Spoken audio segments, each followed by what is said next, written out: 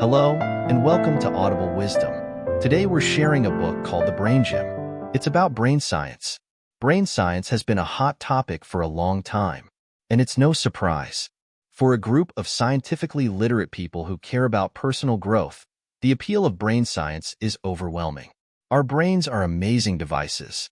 It's about the size of 2 fists and the weight of a carton of milk. It contains 100 billion neurons, about the same number of stars in the entire Milky Way galaxy.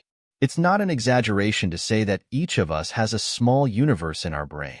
Everything you've experienced, everything you've learned, everything you've done, everything you remember, everything you've learned since you were born is stored in your brain. It's probably the most complex thing we know, and yet it uses less energy than a light bulb. Considering these facts, the author of this book begins his book with a poignant statement. If a man is not interested in the brain, there's nothing else that can fascinate him. The gist of the book is good news. Exercise improves our brain function. To put it more bluntly, when you exercise, your brain gets smarter. In his book, author Anders Hansen focuses on 5 brain functions. They are stress resistance, concentration, resistance to depression, memory, and creativity. Neuroscience research over the last decade has shown that exercise has a positive effect on all 5 of these abilities. That sounds pretty exciting. Of course, we need to understand the science behind it. I'm going to explain how exercise improves each of these 5 areas of brain function, because the principles behind them are different. So, what specific exercises are needed to improve these 5 abilities? 1. How does exercise improve the brain's ability to resist stress? To answer this question, we must first understand what happens in our brains when we experience stress. This involves a regulatory mechanism called the HPA axis. First, what is the HPA axis? H is for hypothalamus. P is for pituitary. A is for adrenal gland. These 3 parts of our body are organized in a top-down order. The hypothalamus is part of the brain tissue and is located at the base of the brain. Just below it is the pituitary gland, an endocrine gland, and the adrenal glands are above our kidneys. When your brain detects a threat from the outside world, a hungry lion is coming your way, your hypothalamus sends a signal to your pituitary. The pituitary gland receives the signal and immediately releases a hormone. It travels through your bloodstream to your adrenal glands. The adrenal glands then release cortisol, which makes your heart beat fast and hard. The idea is to get your body on edge, ready to fight or flee. This whole process happens very quickly. From the moment you see the lion to the moment your heart starts racing takes only a second or so. To put it simply, cortisol, secreted by the adrenal glands, is what makes you feel stressed. The lion encounter we've just described would probably only have happened in prehistoric times, when our ancestors hunted on the grasslands of Africa. But in the modern world, we still feel the stress of cortisol, and more often than in prehistoric times. That's because there are more things in modern life that our brains recognize as threats. While most of these things don't actually threaten our lives, they do cause real stress. For example, pressure to get a loan, criticism from our leaders, pressure from our families, and so on. One thing about these stressors in the modern world, as opposed to lions on the prairie, is that they take a long time to dissipate. A loan, for example, can take 10 or 20 years. And in the meantime, it's going to come back to bite you in one way or another. Even though it's not as scary as a lion, it seems a lot tougher than a lion. When you compare the two, you see a problem. In most scenarios in modern life, cortisol is not really necessary. If you're facing a lion, fight or flight, your body needs to be in a pretty tense state. But when you're thinking about a loan, or an exam next month, or a public speech tomorrow, your heart is pounding. That doesn't really help you solve the problem. It is probably messing with your mind and affecting your performance. So here's the question. How do you get your HPA axis to stop freaking out and producing so much cortisol? Actually, it's not your HPA that's acting up. We need to go one level higher. In our brains, there's a part of the brain that directly controls the HPA axis called the amygdala. Simply put, the amygdala is an ever-vigilant sentry. When it senses that we're under threat, it sends a signal to the hypothalamus to activate the HPA axis. So far, so good. But here's the thing about the amygdala. It becomes more active when stimulated by cortisol. So when it activates the HPA axis, the cortisol produced by the HPA axis stimulates it in turn. And it's going to push the HPA axis even harder to produce more cortisol. In this way, the amygdala and the HPA axis are in a cyclical relationship. If we only had this set of mechanisms in our brains, they would spin faster and faster under each other's stimulation. In fact, this is the cause of many fear-based mental illnesses. In a healthy brain, the alarm function of the amygdala must be able to be suppressed. And the brain tissue directly responsible for this task is our hippocampus. The hippocampus and the amygdala are like the brake and the accelerator. Whenever the amygdala screams for cortisol, the hippocampus comes out to calm it down. The amygdala stops being alarmed, thanks to the hippocampus, and the cortisol returns to normal. But as we mentioned earlier, the stressors of modern life are pervasive and long-lasting. In this case, the amygdala is alerted much more frequently than it was when our ancestors lived on the African savanna. It's a lot of work on the brakes when you're constantly stepping on the gas. Our hippocampus is worn out from years of fighting the amygdala. And as we all know, the hippocampus has another important function, which is to store our memories. That's why many people who are chronically anxious feel that their memory is deteriorating. They often forget things and can't even name people they know. This is because their hippocampus, the brake pads of the amygdala, are worn out. Can worn brake pads be repaired? That's the good news in today's book. Experiments have shown that physical activity can restore and strengthen the damaged hippocampus. Normally, our brains shrink as we age. This process starts around the age of 25. In each subsequent year, the brain shrinks by an average of 0.5 to 1% from the previous year. The hippocampus, which is part of the brain, also naturally shrinks at an average rate of 1% from the previous year. The hippocampus is the main reason why people with advanced age have poor memory. In 2011, a team of researchers from the University of Pittsburgh organized 120 subjects between the ages of 55 and 80. They were randomly divided into two groups. One group was given regular endurance training for the next year. That's 3 40-minute walks a week. The other group had to exercise at the same frequency, but at a much lower intensity, without any significant fluctuations in their heart rate. The results showed, instead of shrinking, the hippocampus grew by 2% in those who exercised for a year. In other words, after a year of exercise, these people's hippocampi were not 1 year older, but 2 years younger. What's even more interesting is that the stronger the person, the more the hippocampus grows.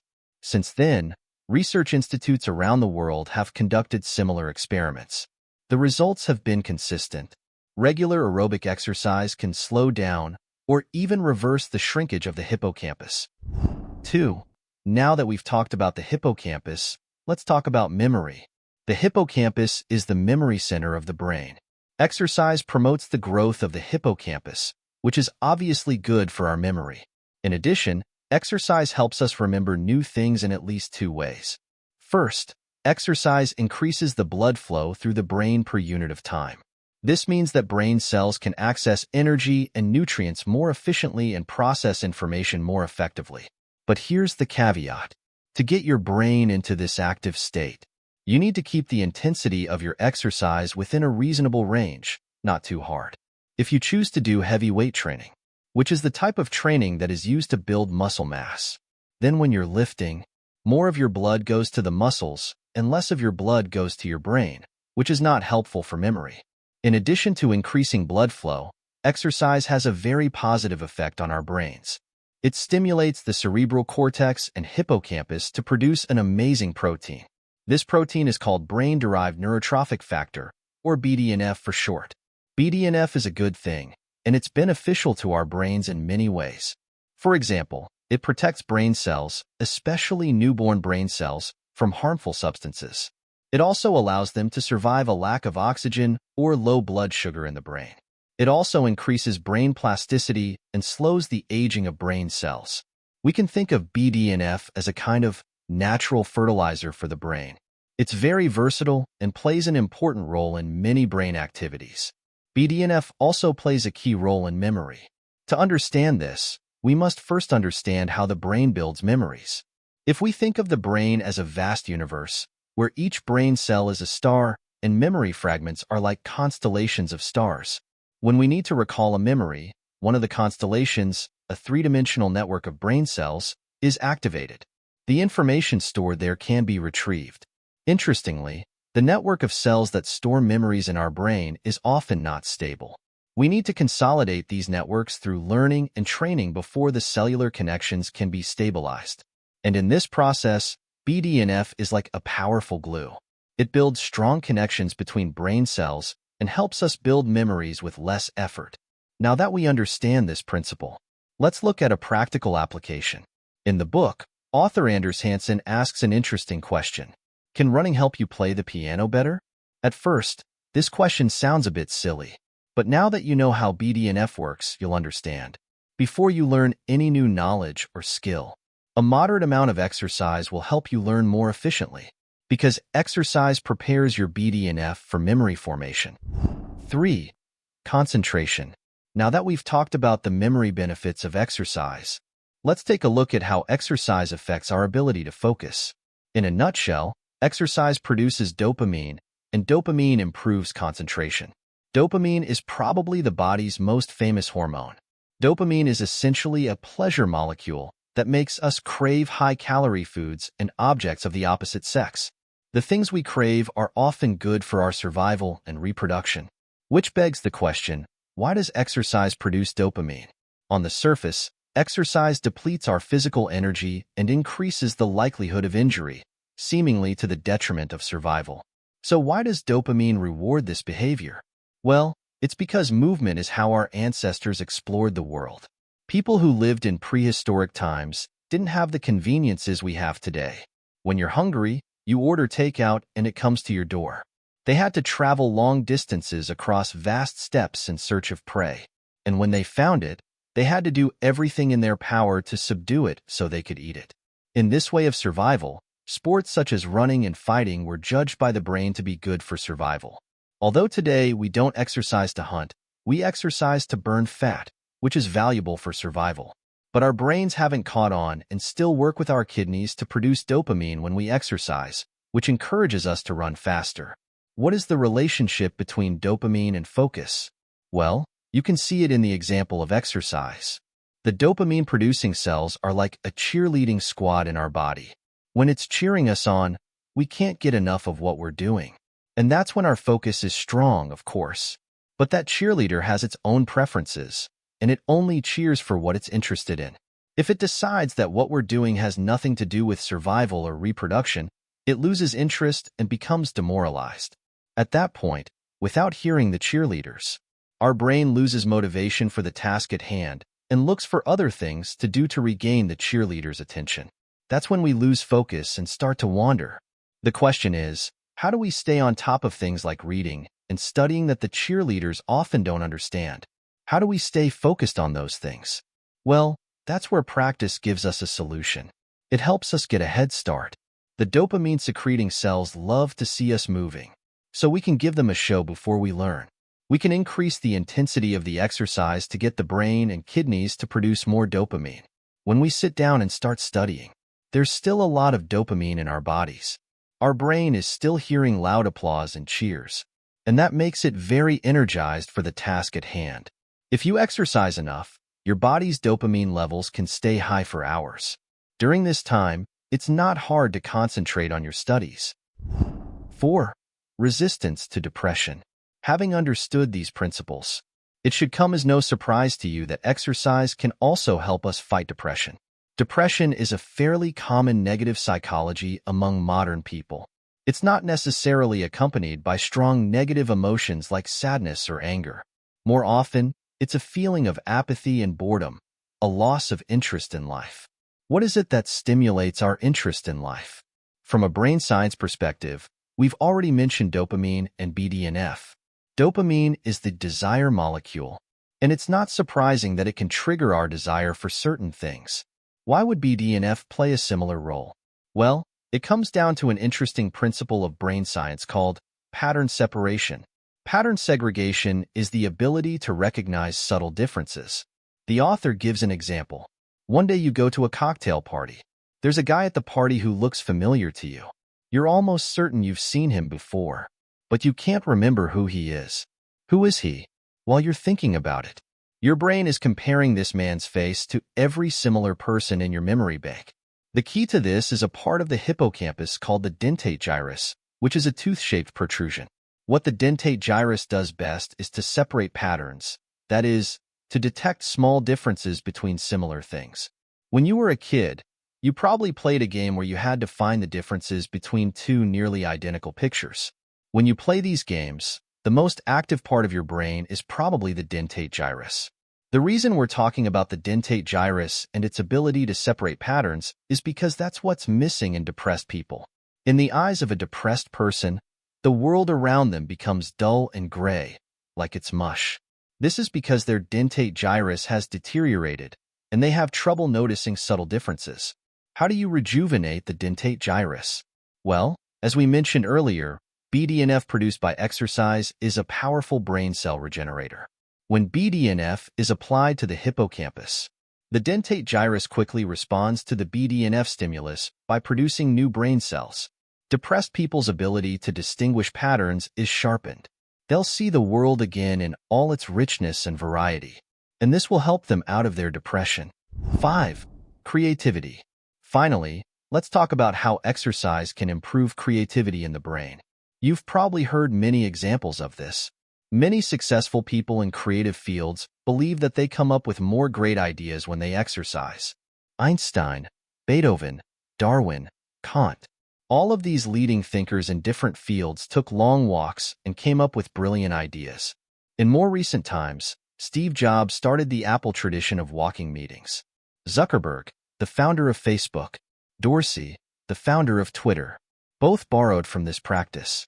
They both found that meetings were more productive when they walked. Does exercise like walking really improve our creativity? A study from Stanford University confirms that it does. They conducted a group experiment with 176 people. The results showed that after a period of walking, people's ability to generate creative ideas and brainstorm increased by 60%. What's the principle behind that? Well, at the moment, brain scientists have come up with a hypothesis that deserves further testing. They think that exercise can change the way the thalamus works. The thalamus is a very important brain tissue located in the center of the brain, and its role is to act as a filter for information. As information from the outside world reaches the thalamus through our senses, the thalamus sifts through the mass of information to find the little bits that deserve our attention and allows them to enter our consciousness. This layer of filtering is necessary to keep our cerebral cortex from being overwhelmed by information and shutting down. During exercise, the thalamus seems to open up a little bit more in its filtering of information, and it allows more information to enter our consciousness than it normally would. That's where a lot of creative ideas come from. Conclusion. This is the essence of the brain gym, so let's summarize. 1. To truly experience the benefits of exercise on brain function, you need to exercise for more than 30 minutes at a time. 45 minutes is an appropriate length. 2. The ideal frequency of exercise is 3 times per week. 3. You need to keep your heart rate up when you exercise. For improved concentration alone, your heart rate should be at 70 to 75% of your predicted limit. Here are 2 guidelines. For people in their 40s, the heart rate during exercise should be no lower than 130 to 140 beats per minute. For people in their 50s, the heart rate should not drop below 125 beats per minute. For do aerobic exercise. Strength training is also good for the brain, but the research is still inconclusive. The 5 brain functions we're talking about today are all primarily improved by aerobic exercise. 5. Avoid overexertion. If you're very tired after exercising, your memory and creativity will not improve significantly. 6. Exercise must be done regularly over a long period of time.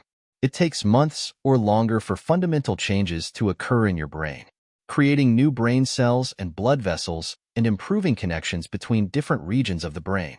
You'll need to keep at it for months or longer.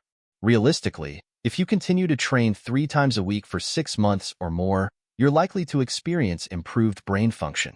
Finally, I hope that you enjoy exercising, stay healthy, and gain wisdom. Okay, That's it for this edition. If you liked our video, please like, subscribe, and share it with your friends. Let us know what you think in the comments. See you next time.